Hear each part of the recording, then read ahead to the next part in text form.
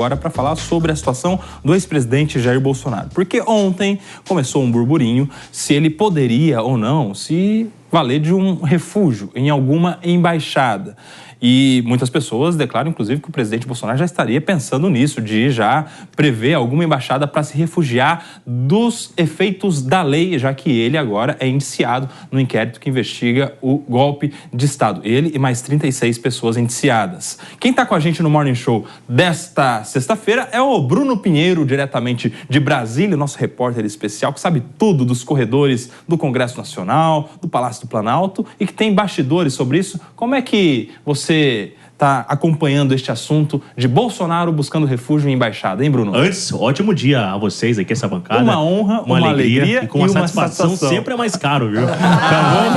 Satisfação nem sempre, é sexta-feira, viu? Tá certo. É isso. Repercussão imediata, sempre que começa a falar algo de Bolsonaro, rende muito, repercute muito, na verdade. Eu conversei com o ex-presidente nas últimas horas, ele me disse que não vai abandonar o seu país porque ele não fez nada de errado. Se ele tivesse feito algo de errado, ele já ficaria lá nos Estados Unidos quando ele foi embora, no finalzinho da sua gestão ali em 2022, após o segundo turno das eleições, que ele retornou porque ele acredita que ele é o líder da direita para fazer essas articulações e está muito confiante numa eleição lá em 2026. Agora, sobre esse caso da embaixada. É uma tentativa, viu, Koba, de fazer uma ligação com aquelas 2 noites que ele ficou na embaixada lá na capital federal por 48 horas. E o que ele disse é o seguinte, que há uma tendência no mundo, como acompanhamos na Venezuela, que quando tem uma perseguição, alguém recorre a uma embaixada. Mas ele não fez nada de errado,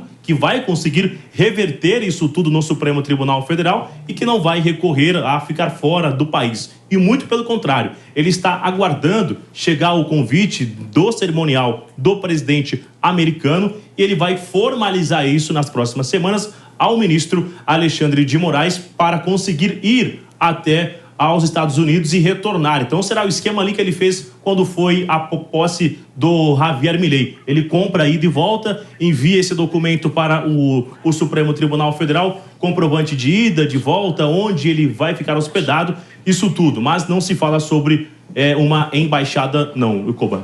Agora são 11h02, nós estamos de volta para quem estava no intervalo da rádio, discutindo aqui a situação do Bolsonaro. Vai ou não vai buscar refúgio em embaixada? Será que isso não é uma fumaça também criada, Mano Ferreira, para atrapalhar o pedido que ele já faria? Todo mundo já sabia que ele iria fazer um pedido ao ministro Alexandre de Moraes para ir aos Estados Unidos na posse de Donald Trump? Não acho que seja uma fumaça, Koba. É decorrência natural do fato dele ter passado 48 horas na embaixada antes de agora ele está adotando um tom quase de pedido de clemência, falando, por favor, Supremo Tribunal Federal, vamos partir, eu apelo aos ministros, vamos partir para uma anistia.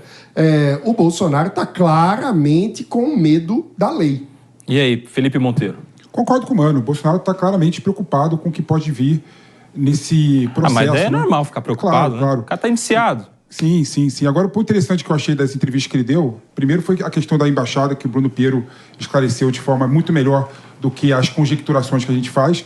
Mas um ponto que eu achei interessante é que ele não negou o fato de discutido a minuta do golpe, o artigo 142 da Constituição Federal, que é a garantia da lei e da ordem, não é, com os militares. Mas, na entrevista, ele fala que, apesar de ter discutido, ele resolveu não ir para frente naquele mesmo momento, né? Sim, vamos lembrar que o presidente não está falando sobre muitas coisas, né, Bruno Pinheiro?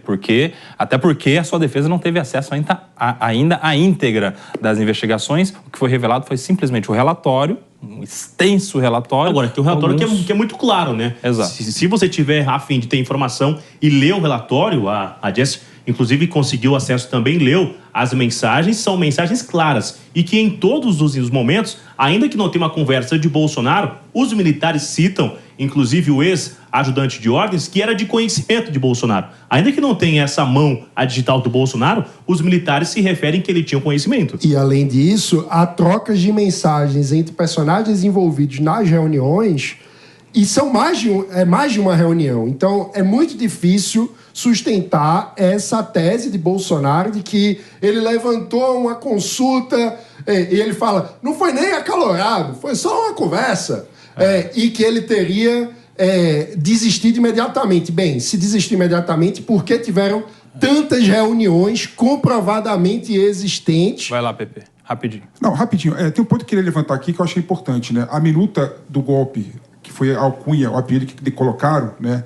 Era para decretar o estado de sítio e o estado de defesa. E o estado de sítio e o estado de defesa tem que passar pelo Congresso Nacional. Então, o que o Bolsonaro fala para proteger, fala, como eu vou dar um golpe se eu submeter isso ao Congresso Nacional?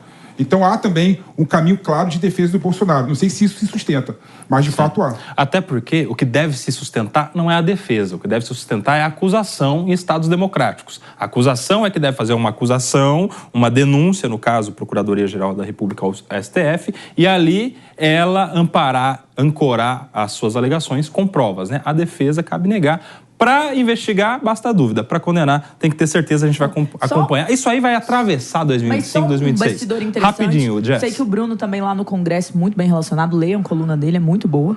Mas algumas pessoas ali do entorno do PL, pessoas importantes do PL com quem eu tenho conversado, colocam uma situação agora de que já existe um clima de insegurança e de uma certa probabilidade que eles avaliam de realmente existir a prisão do presidente Jair Messias Bolsonaro no próximo ano.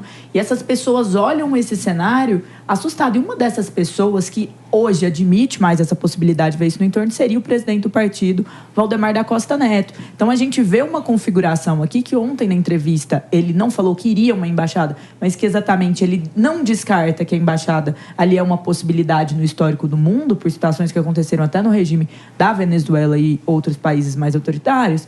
Então, assim, o que é a grande questão aqui? Ele tem o desejo de estar na embaixada dos Estados Unidos, ele tem o desejo de ir à posse do Donald Trump nos Estados Unidos. E com certeza esse burburinho e essa situação podem ser um empecilho para ele estar na posse do presidente mais importante do mundo.